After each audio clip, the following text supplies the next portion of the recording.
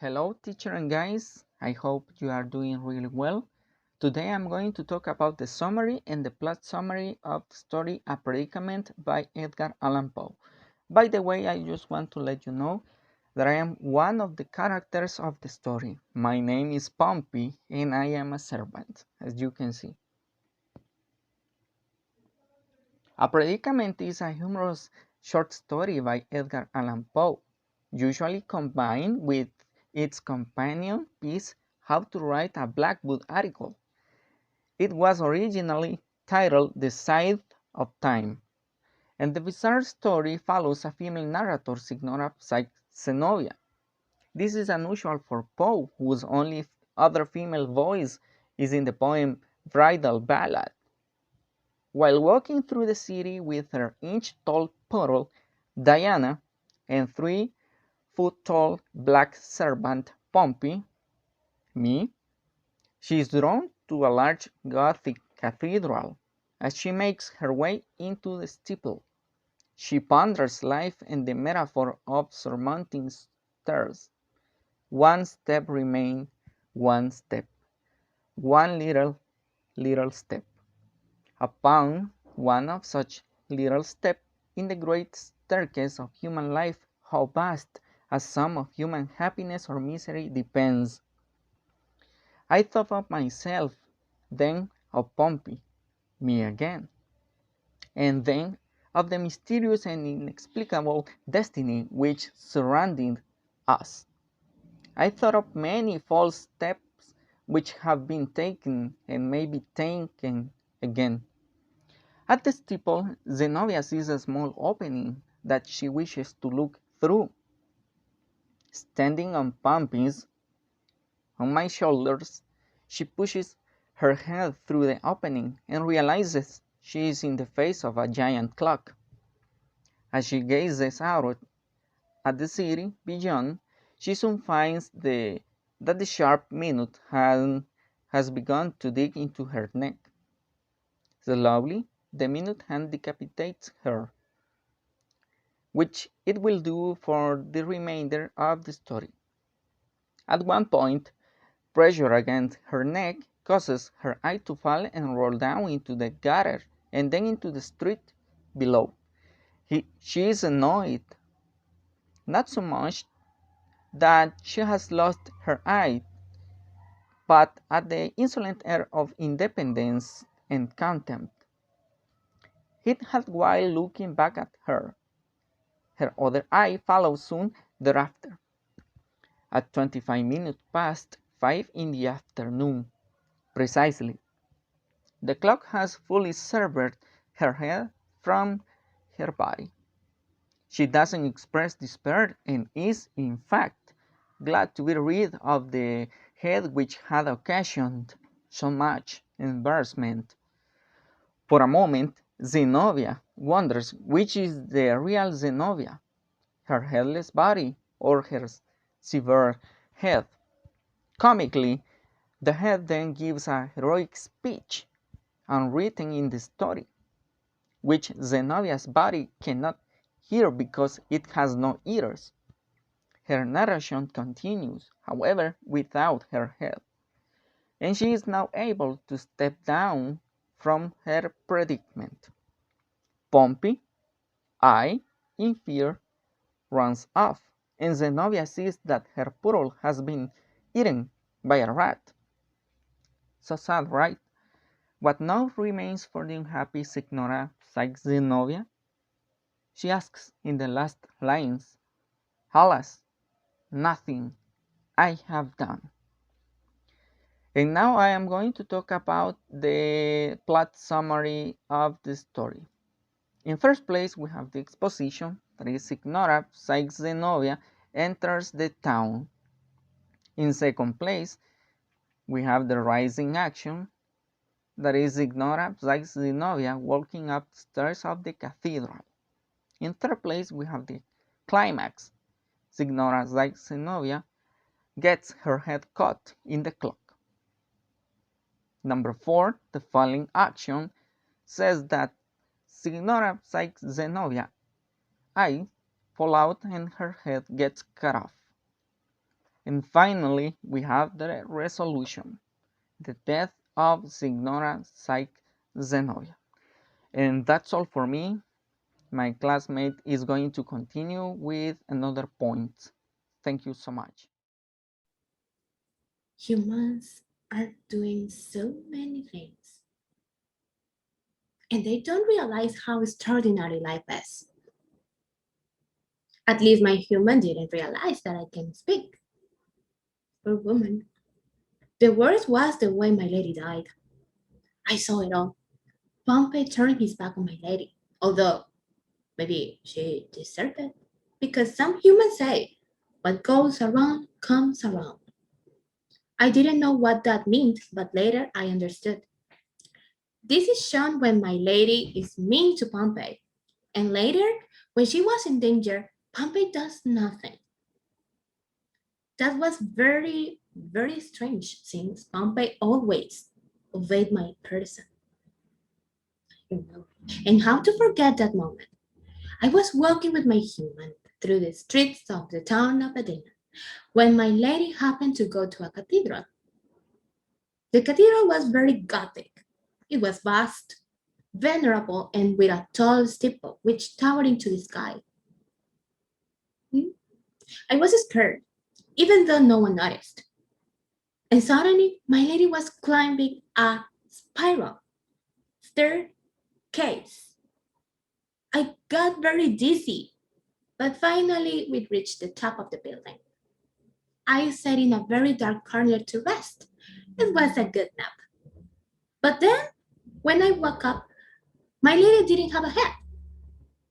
So weird. That was really weird. I don't know. I didn't know what happened. But well, most of the story takes place at the cathedral. Ah, my lady, I remember that my lady was a rich and arrogant woman. I know her appearance was really imposing, but she loved me very much. Pompey was a corpulent black man. He was 3 feet in height, and I remember that he was 80 years old, 70? No, 80. 80 years old. His smile was white as pearls, very pretty. But humans are really ugly. Humans have weird names and they don't like a fur like me. My lady, for example, named me Diana. I don't know what that means, but Diana. And I'm a poodle. I was no more than 5 inches in height, but my head was somewhat bigger than my body. I'm adorable. If you ask me, how will I describe the story of my mistress? I will tell you that it deserves to be described as gothic and burlesque. Since, in a certain way, my lady made fun of her own death. It is normal. And she saw it as, I don't know, something beautiful? Death? Something beautiful? But well, not perceiving fear in her, it was a spectacular for my human. So, if you excuse me, I'm going to take a nap. Hello everyone, I'm Signora Synovia, and in this time I'm going to present some information about the short story. Here is the opinion of the short story.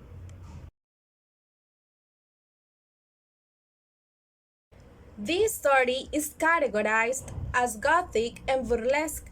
It was originally titled The Scythe of Time, the fairy tales parody, the gothic sensation tale popular in England and America since the early 19th century. As we know so far, this story takes place in a Gothic style environment, specifically in a cathedral. We also know that it has been narrated in the first person, which makes it easier for us to understand the story. It can be a bit confusing when you start reading, but at the end, you can find the sense of the plot, which ends in tragedy. Ironically, death for Signora Saxinovia becomes humorous, we can say, since That way, her misfortune is supposed to end. The description of the characters is also peculiar since at the beginning, Psyche doesn't refer to them as what they really are, but the way she perceives them. For example, we have observed that she refers to the little dog by its breed and doesn't name it as an animal itself. Um, until the 15th century, the poodle, that is the breed of the dog, was considered to be for the exclusive use of aristocrats and nobles. To also to refer to his servant, she doesn't do it as well. So only by mentioning his physical defects, and it's during the development of the story that the reader can understand that Pompey is Signora Psyche's groom. Here is a part where we can appreciate this description. In my solitary walk through the city, I had two humble but faithful companions. Diana, my poodle, sweetest of creatures. She had a quantity of hair over her one eye, and a blue ribbon tied fashionably around her neck.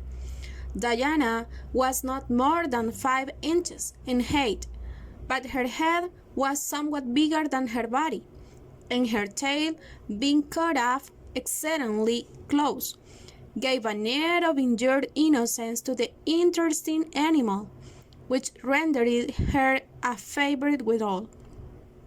And Pompey, my negro, sweet Pompey, how shall I ever forget thee? I had taken Pompey's arm. He was 3 feet in height. I like to be particular, and about 70 or perhaps 80 years of age. He had bow legs and was corpulent. His mouth shouldn't be called small, nor his ears short. His teeth, however, were like pearl, and his large, full eyes were deliciously white. Nature had endowed him with no neck, and had placed his ankles, as usual with that race, in the middle of the upper portion of the feet, etc., etc. In our opinion, this short story has vocabulary that is complicated, or it could be complicated for beginner readers.